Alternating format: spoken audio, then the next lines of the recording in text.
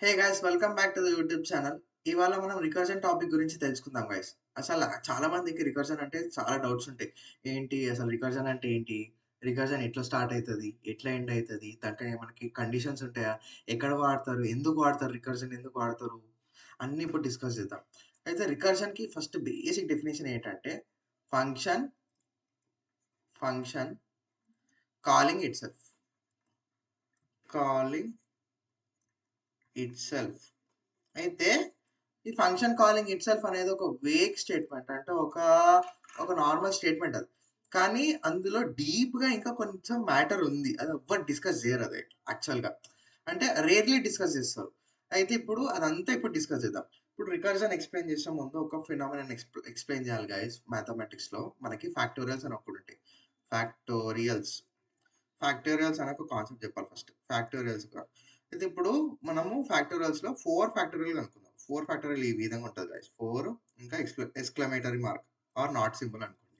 ఇప్పుడు 4 ఫ్యాక్టోరియల్ ఏ విధంగా ఉంటదంటే 4 into 3 into 2 into 1. Okay. So, ఇక్కడ అబ్జర్వ్ చేసుకుంటే ఇక్కడ కొన్ని పాయింట్స్ ఉన్నాయి. ఏంటంటే మనకి ఒక నంబర్‌ది ఫ్యాక్టోరియల్ కనుక్కోవాలనుకుంటే దాని చిన్న నంబర్ అంటే దాని సబ్ ప్రాబ్లమ్‌ని కనుక్కోవాలి first. First point. Problem problem divided into sub problem SUB. ఇంకోటి ఏం తెలుసా? మనకి సబ్ ప్రాబ్లమ్ డివైడ్ అవుతున్నది. అది ఫరెవర్ ఇన్ఫినైట్‌లీ డివైడ్ అవుతూ పోతుందా? లేదు. ఒక పాయింట్ వచ్చినాకలా ఆగిపోతుంది. ఇక్కడ ఇక్కడ 1కొచ్చినాక ఆగిపోయింది. సో, ఆగిపోవడం దాన్నేమంటారంటే బేస్ కేస్ అంటారు. Base case. Base case. Stopping point. Okay. అయితే రికర్జన్‌లో ఎప్పుడన్నా మనం రికర్జన్ చేయాలనుకుంటే ఈ 2 కేసెస్‌ని మనం మైండ్‌లో పెట్టుకొని రికర్జన్ చేయాలి. ఈ 2 కేసెస్ కరెక్ట్‌గా ఉంటేనే ఆ ఫంక్షన్ లేదా ఆ ఫెనామెనన్ రికర్జన్ అనబడుతుంది. లేకపోతే అది రికర్జన్ కాదది. అది ఇన్ఫినైట్ లూప్ అవ్వచ్చు. అది ఇన్ఫినైట్ లూప్ అయిపోతదది. అయితే ఇంకోటి ప్రాబ్లమ్ డివైడింగ్ ఇంటూ సబ్ ప్రాబ్లమ్‌ని మనం రికర్సివ్ కేస్ అని అంటాం. రికర్సివ్ కేస్ అండ్ స్టాపింగ్ కేస్‌ని బేస్ కేస్ అందాం. ఓకే. ఇప్పుడు మనం మ్యాథమెటికల్లీ చూసుకున్నాం. ఓకే. ఇదే మ్యాథమెటిక్స్‌ని నేనిప్పుడు కోడింగ్ పార్ట్‌లో ఏ విధంగా ఎగ్జిక్యూట్ అయితదో ఇప్పుడు చూపిస్తా. కోడింగ్ పార్ట్‌లో గైస్ రికర్జన్ కొంచెం కాంప్లెక్స్ టాపిక్. ఎందుకంటే మనకి కోడ్ ఇంతుంటది. కానీ బ్యాక్ ఎండ్‌లో చాలా మ్యాటర్ జరుగుతది. ఇప్పుడు అదంతా డిస్కస్ చేయాలి. ఎందుకంటే అది డిస్కస్ చేస్తేనే మనకి కరెక్ట్‌గా అర్థమవుతది. ఇప్పుడు చూడండి. నేనిప్పుడు ఫర్ ఎగ్జాంపుల్ నేను 4 ఫ్యాక్టోరియల్ కనుక్కోవాలనుకుంటున్నా. 4 ఫ్యాక్టోరియల్ కనుక్కోవడానికి అబ్జర్వ్ చేయండి. 4 ఇంటూ 3 ఇంటూ 2 ఇంటూ 1 కావాలి. అంటే n ఇంటూ ఈ 3 ఇంటూ 2 ఇంటూ 1 ఏంది? n-1 ఫ్యాక్టోరియల్ రాసుకోవచ్చా నేను? n-1 factorial. అంటే ఇక్కడ అబ్జర్వ్ చేయండి. ఇది recursive case. Okay. Base case ఏమో 1 వచ్చినాక ఆగాల్సిందే. ఓకే. ఇప్పుడు 4 ఫ్యాక్టోరియల్ తీసుకొస్తే n ఇంటూ n-1 ఫ్యాక్టోరియల్. ఇప్పుడు మనం రికర్జన్ బిల్డ్ చేద్దాం. రికర్జన్ బిల్డ్ చేయాలంటే మనం ఫస్ట్ వేగ్ స్టేట్మెంట్ నేమ్ చెప్పిన function calling itself. Function calling itself అంటే ఫస్ట్ ఆఫ్ ఆల్ ఫంక్షన్ ఉండాలి మనకి. సో, ఇప్పుడు ఫంక్షన్ క్రియేట్ చేద్దాం. డెఫ్ డెఫ్ ఫ్యాక్టోరియల్ అనుకుందాం.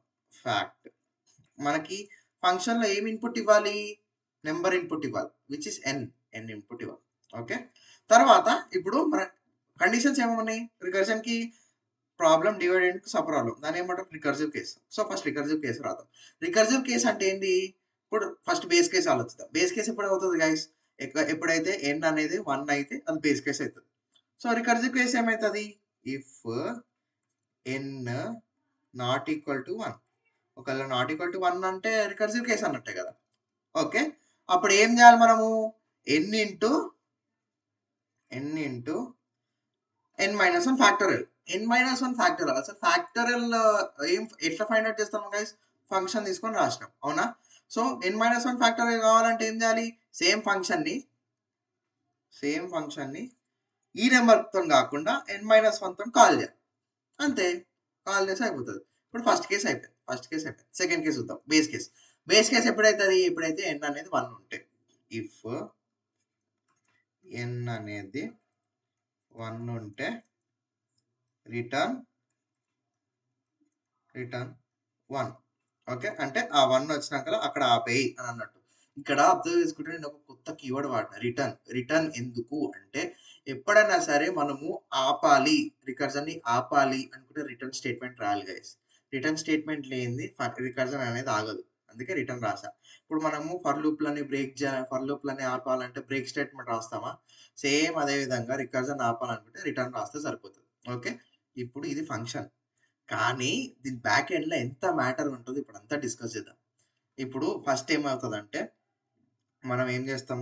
Fact of 4 పంపిస్తామా?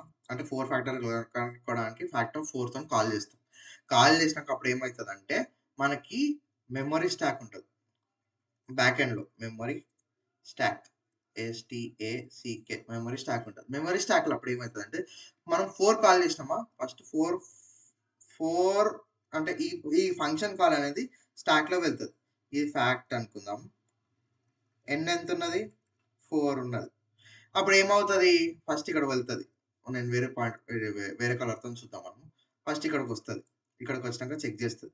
If n not equal to 1 అవును. n నాట్ ఈక్వల్ టు 1 అంటే అప్పుడు ఏం కావాలి? n ఇంటూ అంటే 4 ఇంటూ అబ్జర్వ్ చేయండి ఇక్కడ. 4 into factorial of n minus 1. Factorial of n minus 1 అంటే ఫంక్షన్ మళ్ళీ కాల్ చేస్తుంది. So, factorial of n minus 1 ఏమవుతుందంటే ఇక్కడ f ఆఫ్ 3 అనుకుందాం. ఓకే. అప్పుడు ఏమవుతది? నేను ఫంక్షన్‌ని కాల్ చేశానా అంటే మళ్ళీ మెమరీ స్టాక్‌లో బిల్డ్ అవుతుంది. మెమరీ స్టాక్‌లో మళ్ళీ ఇంకొక వాల్యూ పోతది.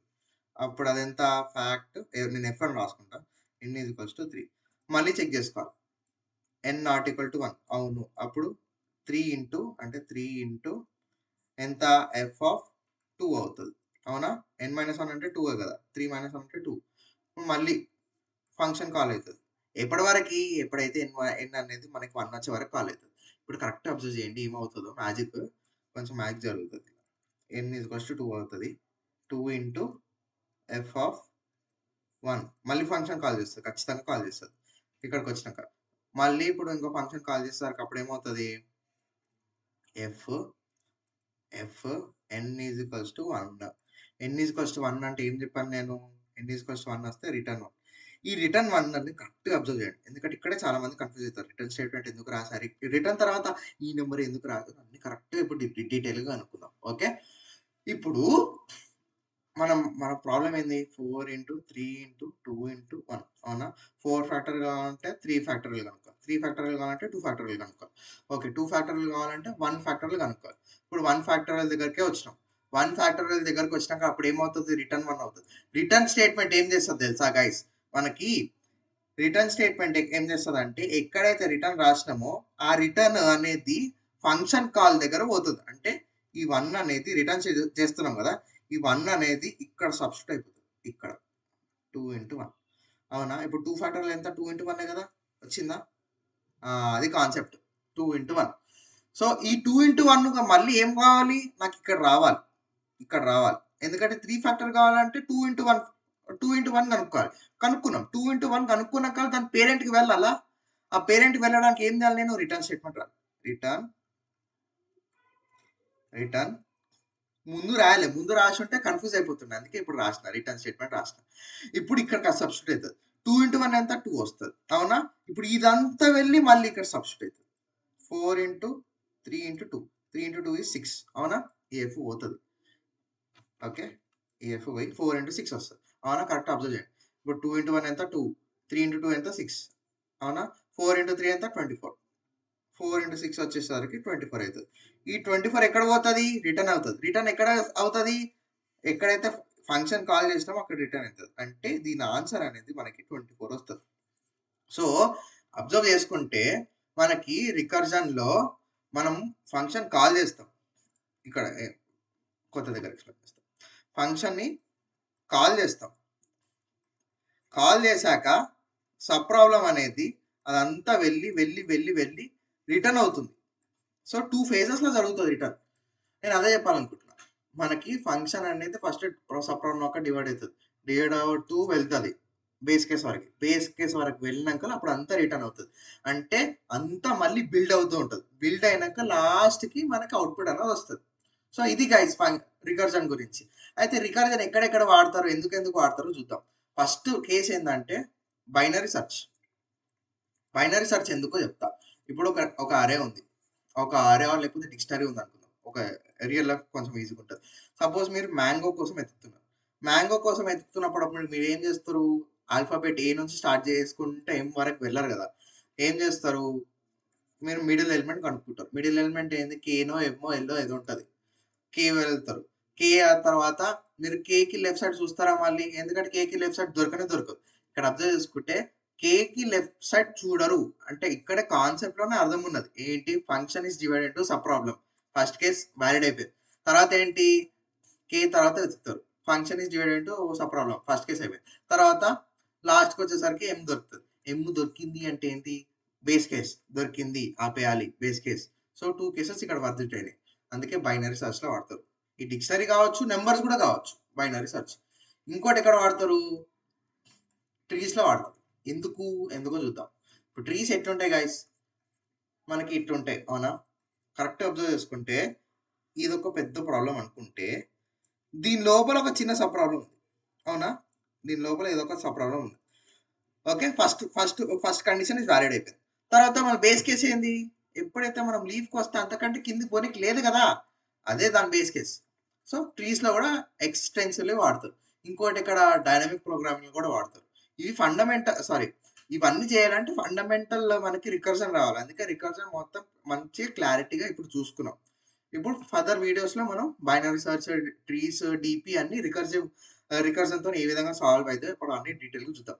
గైస్ ఒకవేళ వీడియో నచ్చితే please like, share and subscribe guys. Thank you guys.